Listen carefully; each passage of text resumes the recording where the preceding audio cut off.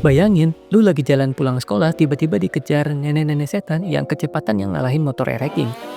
Terus malamnya lu diculik alien yang hobinya ngintip dalaman orang. Kelihatannya kayak halu, tapi itu semua kejadian beneran di anime yang satu ini. Selamat datang di video review dan dadan.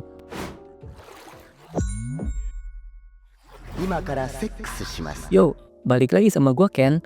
Kali ini kita bahas anime yang hype dan absurd, tapi juga surprisingly seru, yaitu Dandadan.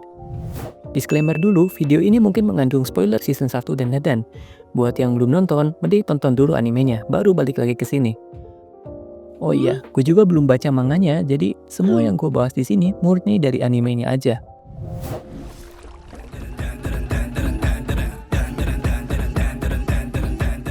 Dandadan adalah anime supernatural Asian comedy yang tayang perdana Oktober 2024. Diadaptasi dari manga karya Yuriko Nobutatsu. Ceritanya ngikutin Momo Ayase, cewek SMA yang percaya sama hantu tapi nggak percaya alien. Dan Kenta Kakura alias Okarun, cowok kutu buku yang kebalikannya, percaya alien tapi skeptis soal hantu. Mereka berdua taruhan buat buktiin siapa yang benar. Tapi ternyata dua-duanya benar. Momo diculik alien, Okarun kerasukan roh jahat. Sejak saat itu mereka kejebak di dunia absurd penuh makhluk supernatural berbahaya. Singkatnya sih, dari awal nyari siapa yang benar soal hantu atau alien, ujung-ujungnya malah jadi misi cari biji emas. Literally. Awalnya gue pikir Okarun itu MC-nya. Soalnya dia satu-satunya cowok di geng mereka. Sisanya cewek semua. Tapi setelah season 1 kelar, gue baru ngeh. Ternyata MC utamanya Momo Ayase. Dari segi cerita, Dandadan itu punya pace yang padat. Episode 1 aja langsung nyodorin konflik. Gak pakai basa-basi. Menariknya, anime ini nganggep hantu dan alien itu setara. Dua-duanya eksis, punya power, dan bisa saling adu. Ini beda banget sama kebanyakan cerita di mana hantu dan alien itu kayak dua dunia yang gak nyambung. Yang bikin ngakak sekaligus mind-blowing, baik hantu maupun alien ternyata punya satu kesamaan. Sama-sama ngincar biji. Yak, biji Okarun direbut, dan dari situlah konflik utamanya dimulai. Okarun dan Momo berusaha ngembaliin bijinya Okarun. Cerita makin berkembang ketika mereka ketemu makhluk aneh dengan desain yang kekuatan yang unik. Tapi di balik semua keabsurdan itu, hubungan Momo dan Okarun pelan-pelan makin dalam. Yang gue suka dari ceritanya, dia nggak takut jadi absurd, tapi juga nggak lupa kasih momen yang bikin mikir dan nyentuh. Ritmenya konsisten dan gak ada episode yang kerasa kosong. Dan ini penting, tiap karakter baru nggak cuma tempelan, mereka punya porsi, keunikan, dan kontribusi buat ngebentuk cerita lebih kaya. Studio Science selalu benar-benar nunjukin gaya khas mereka di Dandadan. Gak ada kata nanggung di sini. Warna-warnanya bold, kontras, tapi tetap enak dilihat. Adegan actionnya juga super fluid, meskipun chaotic tapi tetap bisa kita ngerti apa yang lagi terjadi. Jujur aja, ini salah satu anime dengan animasi paling niat yang pernah gue tonton dalam beberapa tahun terakhir. Di episode 1 aja udah nunjukin visual gokil pas alien muncul dengan desain absurd ala Ojisan kantoran, lengkap sama sound effect yang bikin merinding sekaligus pengen ketawa.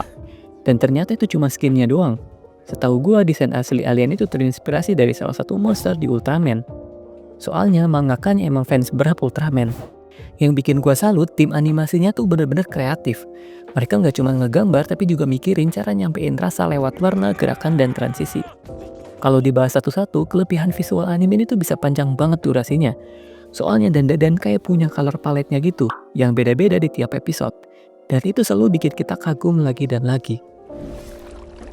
Nah, ini bagian yang paling gue suka, cara mereka ngomong. Buat lo yang sering ngerasa dialog di anime itu suka terlalu anime banget, Dandadan tuh terasa fresh banget. Karakter-karakternya ngobrol kayak remaja Jepang asli, penuh slang, reaksi spontan, dan interaksi yang gak dibuat-buat. Contohnya pas Okarun panik, dia nggak tiba-tiba jadi pahlawan so keren. Dia jujur bilang nyerah, dan itu justru bikin karakternya terasa manusiawi. Sedangkan Momo jauh dari tipe heroin kalem. Dia cewek galak, to the point, kadang mulutnya pedes, tapi tetap karismatik. Dialog mereka tuh cair dan dinamis, kerasa kayak beneran denger orang ngobrol, bukan baca naskah anime. Gue jarang nemu anime yang bisa bikin gue ketawa cuman dari cara mereka ngobrol, tanpa harus ada punchline yang lebay. Tapi Dandadan bisa. Dialognya tuh terasa hidup, kayak lo lagi nongkrong, dengerin teman-teman lo bercanda, panik, atau curhat beneran. Bahkan di momen-momen serius, gak ada monolog panjang yang ngebosenin. Semuanya disampaikan dengan cepat, alami, dan tetap punya impact. Ini bikin Dandadan beda, lebih dekat sama kita dan gak ngebosenin walaupun cuma dengerin mereka ngobrol. Secara keseluruhan, Dandadan itu campuran aneh antara absurd, lucu, dan emosional, tapi semua diracik dengan presisi. Animasinya kreatif, ceritanya langsung nendang dari awal, dan karakternya berkembang dengan solid. Cocok banget buat lo yang udah mulai bosan sama anime template dan pengen sesuatu yang unpredictable, tapi tetap grounded. So, itu tadi bahasan gua soal Dandadan. Kalau lu udah nonton, coba tulis di kolom komentar, adegan mana yang paling nempel di otak lu? Atau kalau baru denger soal anime ini, kasih tahu juga apakah lu jadi tertarik nonton setelah nonton video ini. Jangan lupa like, subscribe, dan nyalain lonceng biar gak ketinggalan bahasan anime lainnya bareng gua. Mantan wibu akut yang sekarang jadi wibu normal. See you in the next video. Dadah!